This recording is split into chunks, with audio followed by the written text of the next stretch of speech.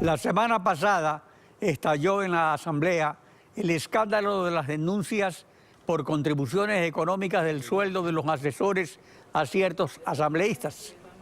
Estas prácticas no son nuevas y a través del tiempo ha tenido sus variantes, con pipones. Pero ahora se trata de algunos casos en que hay asesores que se han convertido en servidores domésticos. Está con nosotros Eliseo Azuero, asambleísta independiente. Buen día. Bienvenido a Contacto Directo. Buen día. Buen día, Alfredo. Buen día, ecuatorianos. Usted hace una propuesta. ¿En qué consiste?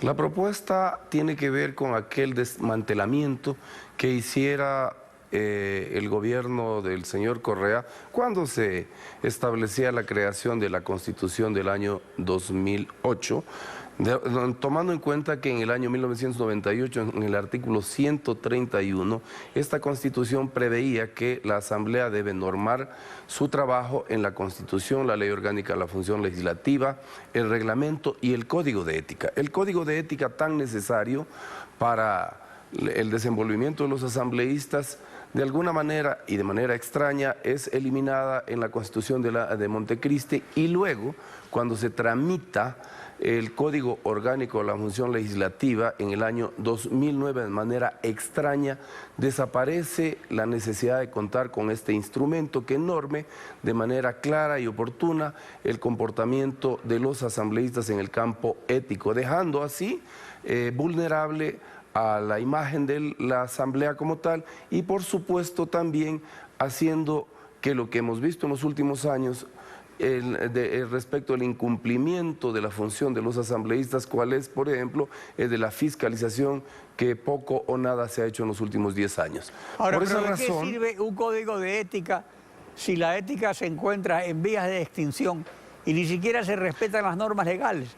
Un código de ética convierte a los propios legisladores en sus controladores, lo cual sería utópico, y la experiencia con esos códigos es que han servido de instrumentos de persecución política. O también hay experiencias de que en ciertos casos sirvió para descubrir redes de pipones en la Asamblea.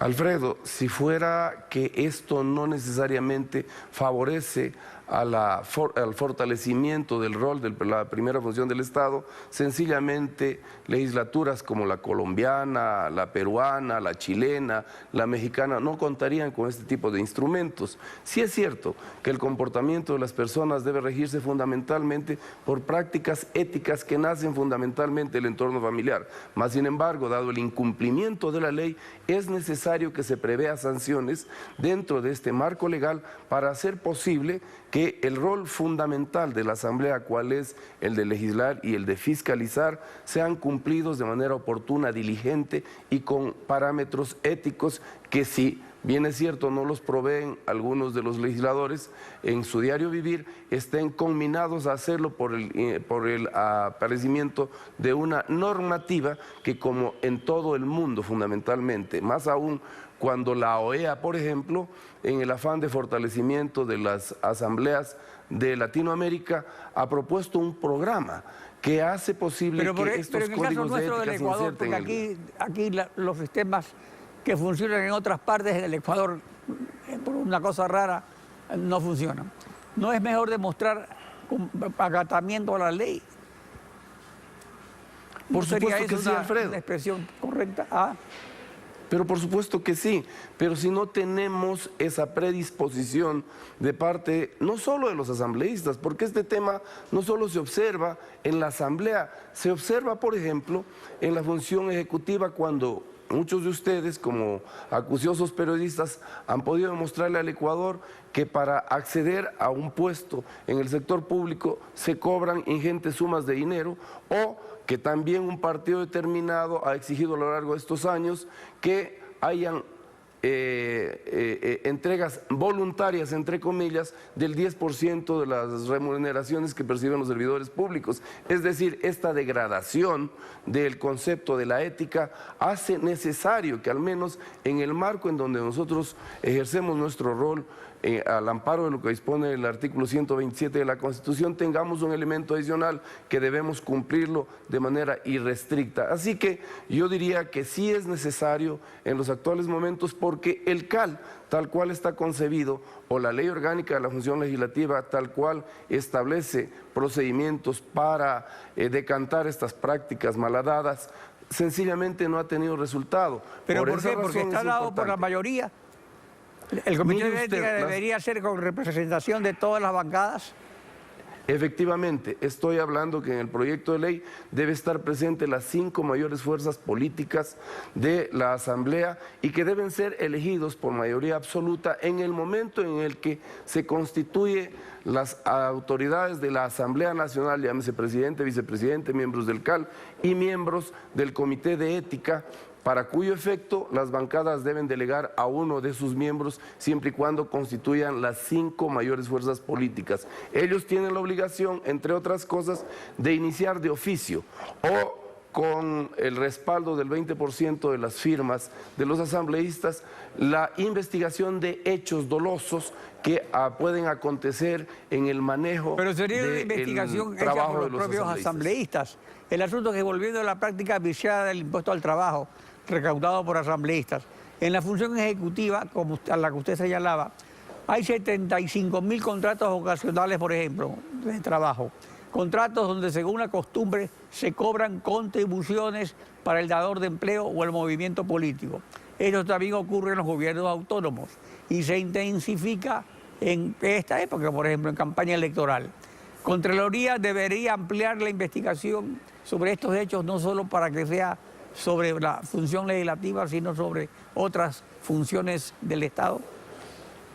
Por supuesto que sí, no nos olvidemos de que el tema de la corrupción está campante en todas las funciones del Estado. Ahora mismo se escuchó en la entrevista anterior la falta de diligencia de la función jurisdiccional para encontrar los responsables de hechos que han cegado la vida de ecuatorianos por el mero deseo de pertenecer o de hacerle la venia al poder político. En esa línea, a los asambleístas nos corresponde buscar ser más eficientes en el marco de la gestión que nos corresponde ejercer. Pero precisamente para eso sobre la Constitución por ejemplo, establece. En estos días hay situaciones muy claras donde se pone a prueba la ética de los asambleístas y su eficiencia. Por ejemplo, en el proyecto de ley anticorrupción, eliminando la acumulación de penas de la asociación ilícita, cuando todo el mundo conoce que hay una sentencia de la Corte Nacional por Asociación Ilícita contra el ex vicepresidente Glass, el ex contralor Poli y una docena de funcionarios públicos. Y esta ley, este proyecto de ley fue aprobado por unanimidad en la Asamblea, incluso con su voto. ¿Por qué votó a favor? Alfredo, con todo gusto. No, yo voy a ser absolutamente claro y asimilar las responsabilidades que se derivan de este hecho. Quiero que quede claro que los presidentes de las comisiones disponen el procedimiento que se ha de seguir para la votación y posiblemente este tema no fue lo suficientemente debatido porque en la Comisión de Justicia, por ejemplo, la bancada a la que yo pertenezco, tenemos 2 miembros que nos hicieron conocer de que era necesario votar de la forma como se votó, más sin embargo, hay que tomar en cuenta... de Correa, votar en combo. No. Tenemos gente al interior de las comisiones que tienen la obligación de hacernos conocer si existieren algunos aspectos que no necesariamente van en la línea del combate a la corrupción.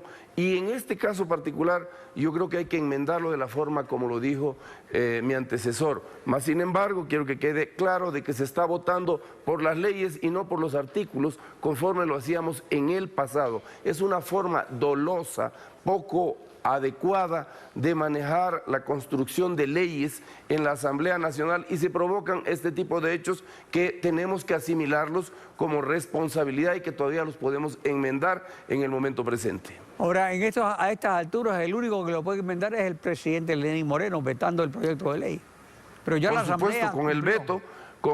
Por supuesto, con el veto, y nosotros tenemos que allanarnos al veto del presidente y, si no fuera este el caso, promover inmediatamente un proyecto reformatorio con la concurrencia de las voluntades de todas las bancadas políticas, que dicho sea de paso, posiblemente no recabamos de manera profunda sobre el hecho denunciado. El licenciado Azuero, Gracias por su participación en contacto directo. Este Muchas es- gracias a usted.